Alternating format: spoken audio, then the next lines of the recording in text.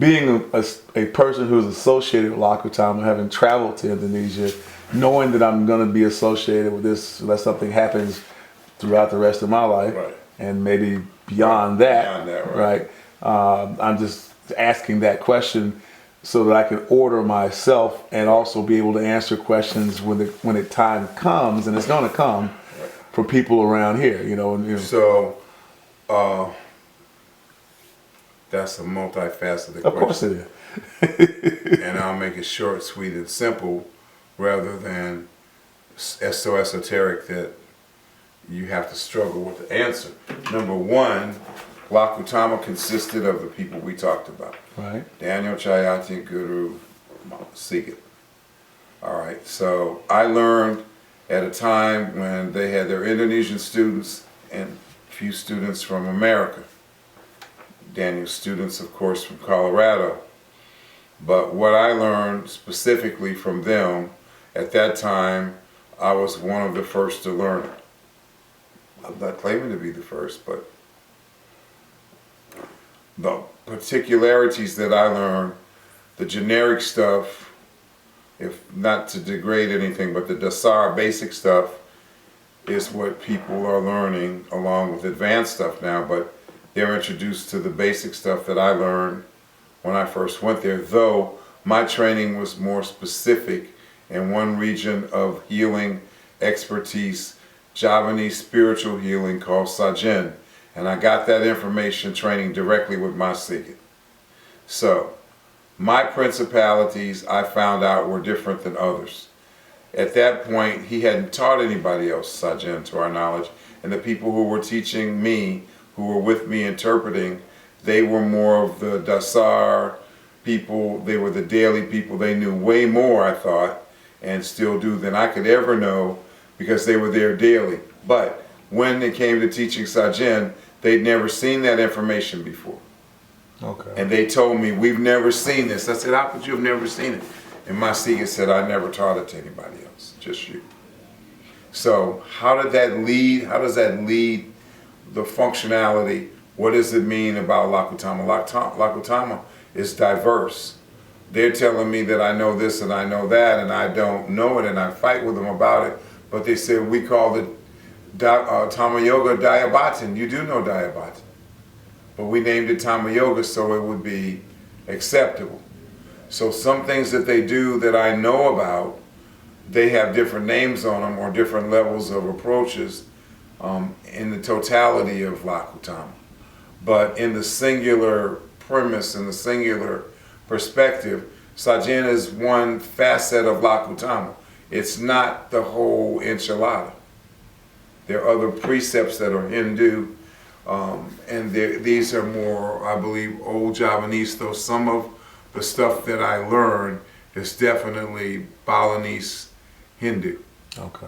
Okay? That came from my original inductor who inducted me before he died.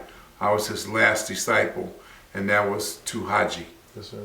And Tuhaji's brother is Guru Romo, and Guru Romo is the high priest. Okay, and he lived in Central Java in Bantul till the last big earthquake. And I got my priest beads from him, and my introduction into the priesthood came through my Silat Guru Daniel, and ultimately Guru Romo, who bestowed his blessings upon me and tried to guide me in the right directions ceremoniously with things that only he could do for me. Okay. So, with that being said, maybe what I got is not the same as what everybody else got, though what they got was way more structured because they had time to put a platform together because they were moving from the village to the city, from Indonesians to the world. Right. So they have a different platform. And they brought in students from all over, okay, to teach them the latter part of whatever Lakutama evolved into. When I first met Lakutama, they had elemental healing and those people that believed in God. So they had different uniforms on, but they all got the same information. How they used it was a little different. That was the white uniforms and the black uniforms, Correct. right? Correct. When I first saw them, and I wanted to know why are their uniforms different colors. So some of them believed in element, the universe, nature, and others believed in God, and they separated them that way. So at that point, when I started training, there was no Pingusada, anything. Pingusada is something new, not new in the sense of the word, because it's not, but it means Javanese healer, or it's the word they use for heal. Pingusada is a body of information that they wanted me to develop in line with my particular area of concern. So there might be Pingusada for everybody, Right. but Bahati Merchant and Pingusada, those words being synonymous, have to do specifically with Sajin, which is the art of offerings. So with that being said, then my involvement in all this was dedicated mostly to the knowledge and learning and application of the healing Javanese spiritual art of Sajin. Pingusada, level 1 through level 4, which the Indonesians that I'm with practice the 4-element theory: fire, earth, air, and water. Level 1 Pingusada was a level that I designed to train people in the water so that they would have the ability, regardless or irregardless of their religious orientation or their healing discipline, to become energized, to be able to be proficient and better healers, regardless of what modality or what approach they take. That is what they get from Pingusada level 1, the training in the water. You can take what I teach in level 1 and apply it anywhere to anybody, no matter what your healing preference is or how you utilize your ability to heal. It is to strengthen your ability to heal through this element. Now, if you elect to heal through Lakutama, then the teaching at the end of that is how to heal with orbs, which all of these levels directly to me, as far as Pingusada healing, the measure of healing through Pingusada, Bahati Merchant, will be the acknowledgement, the acceptance of the element theory and how it applies directly to offerings, and how the knowledge of making the correct offerings facilitate the use of orbs throughout the healing process, be it botanical, which would be earth medicine, plants, animals, be it air, which is the ability to read the clouds in the sky and all of those things as they meet like that, or be it Pele, the fire knowledge. There are 4 levels of understanding. Each one of those levels, each one of those elements melt at some point. Right now you see the volcano is fire. It grows across the land, which is earth. Right. It makes new earth from the fire.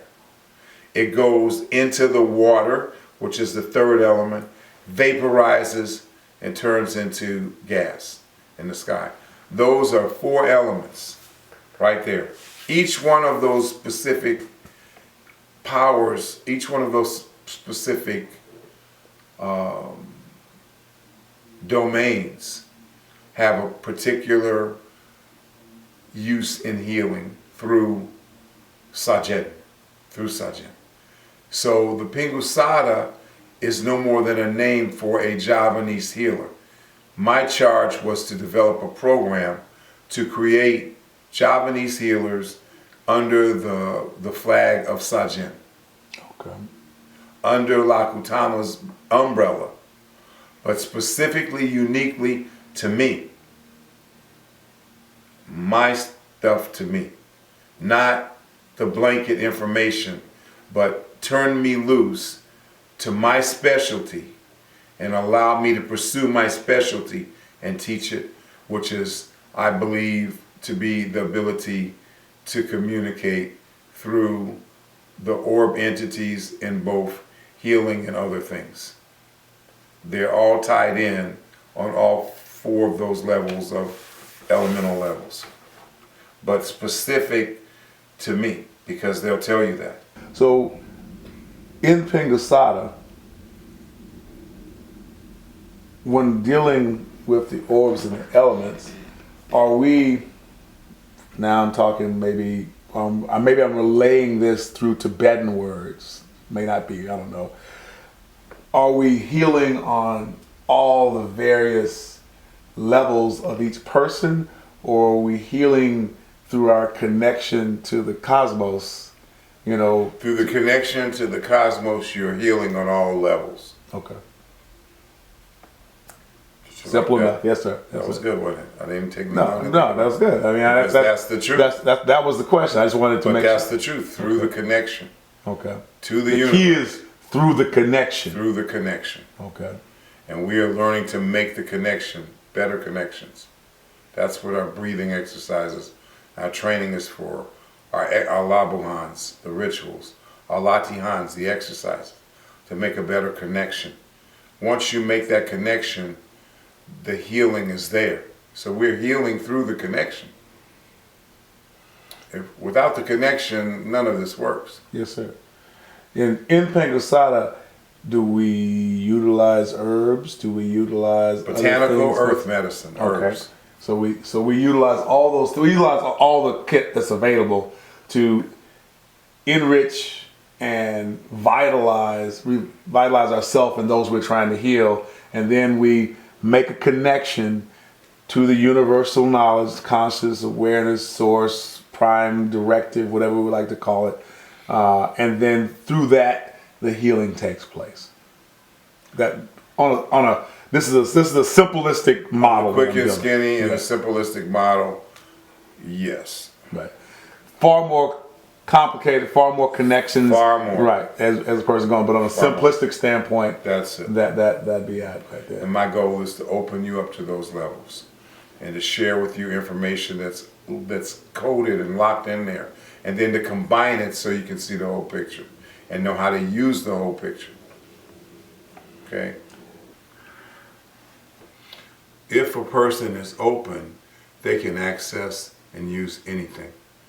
If a person is closed, they have no ability to utilize the things that are accessible simply by the mechanism of being closed. Okay. So if you're open, the information from Pingasada is non-denominational.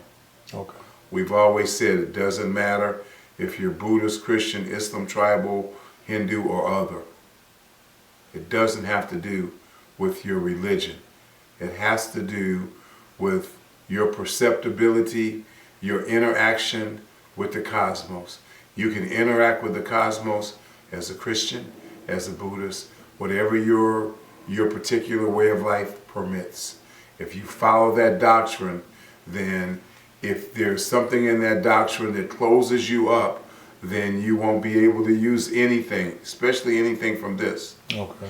If your way of life is open and you are allowed to be able to experience and make decisions on your own and not affect your faith, which what we're talking about is faith here, and not be affected by the result of your learning, then it could be utilized at any place by any group of people in any way of life, because it's not secular. Okay. When I teach it, it's non-denominational, and anybody can get in the water and do the exercises. Anybody can lay on their back and look at the sky and learn how to read the information. Anybody can do the fire stuff, which I don't even want to talk about that right now. No, that's fine, sir. It's just too painful for me, but we'll get to that at some point. So you can be anybody you want to be. You can do what you want to do. There's room for you to grow with the healing information of Pingasada. You can follow the Sajin doctrine or not. Mm-hmm. Meaning that you learn how to make offerings and do the things of Sajin or not. But the content of information, it could be utilized by anybody. Does not matter whether And as I said earlier, so as not to be redundant, it is there to help you become a better healer, a better person at what you do. But if you elect to follow the traditional Sajin way, then that's one way to go. Right. That's the way that I teach you to go. But you don't have to go that way, and you'll still be all right. Because everybody's included on this planet. It doesn't matter to them whether you're Hindu, Christian, Muslim, tribal, or what, because those are the entities that make up Indonesia, and those are the entities that I have met during my travels, and specifically my time spent with Lakutama, Mas Sigit, Mas Daniel, my teachers, Guru Romo and Tuhaji, and everybody else. They never seemed to be secular, even though we knew it existed. Right. Everybody was embraced because the intention was greater than the ethnicity. It would. I think that I hear the same thing inside of Pingasada, and then I also believe that what I hear is by making the right offerings, you make the more direct connection that allows you to elect to go. If you elect to roll down that Right, path. but you don't have to. You can take it for its value and insert it wherever you want. That's how they asked me to design it. Okay. I could specifically go straight up Sajin, the whole program. Right. But it's not that way. Because, Okay. yeah. They asked you to design a program that was more secular, that would be more open to the majority of people, and more usable to other people. Okay. Like, Okay. other entities, Okay. other people. And- Right, and but these some different- people find it counter to their belief system. Yes, sir. Right, so I don't push that. But that doesn't stop you from learning that if you mix this botanical with this botanical, you get this. That doesn't stop you from working out in the water, developing your muscularity, your ability to breathe. It doesn't stop any of that. Doesn't stop you from laying on your back in the water looking at the sky, or what you learn from looking at the sky. Only if you let it stop. You can interpret it from any platform you want. It's the content of what's being interpreted that I'm talking about. So whatever shades you put on, it's fine. Men in Indonesia, men religion is like man wearing clothes. Yes, sir. They change. So it's no rigid anything other than Sajin means I give of myself. I offer myself. Saji, I offer myself. Sajin is Old Javanese, older than Sanskrit, correct? Old Javanese. Okay. Not Hindu. Yes, sir. Right. So I was always made note of the difference. There was 2 volumes of information going through, and they were different. Okay. Yeah. Hindus are not Sajin. That's a Javanese particular. Old Javanese, particular to the descendants of Atlantis, theoretically. Their belief Their and belief their system. connection to Atlantis, correct. Okay, the big connection. Yeah, Okay. because everybody says they're. No, I got you. Atlantis is here, Atlantis is there. People who are closed-minded will put the flags up. I'm not trying to change the world. I can't do that. But for those people, and I'm not trying to, even though they might want it widespread, I'm only trying to get it to the people that want it. Yes, sir. I can't change anything else. My mission is not to change someone, but to accept them. Not to change them. You are who you are. I cannot change you for you to see things my way. You either see them or you don't. I won't convert you, meaning that I will continually try to go against your principles. Okay. Okay? I won't do that. My attitude is, if this is for you, you involve yourself, and if you see a benefit and you think it's worthy of your time, fine. But I'm not going to get out there and propagate it and go heads up against Christianity and the Bible Belt with some Javanese spiritual healing. It's not my mission. It could be somebody else's mission, but it's not mine. No, I got you. Not mine. My mission is to do exactly what I'm doing. Develop a system that can be around, that we can implement, that people can go to, doesn't matter what religious doctrine they follow. We can open them up to see things through their own eyes, the way that they see them, to inhale things through their own nose, and to assimilate the energies through their bodies in their own way, and not to put them in any strict format, although for them to be educated and knowledgeable about the things that not only they are exposed to, but the things that lie waiting for them to learn after they involve themselves. Thank you.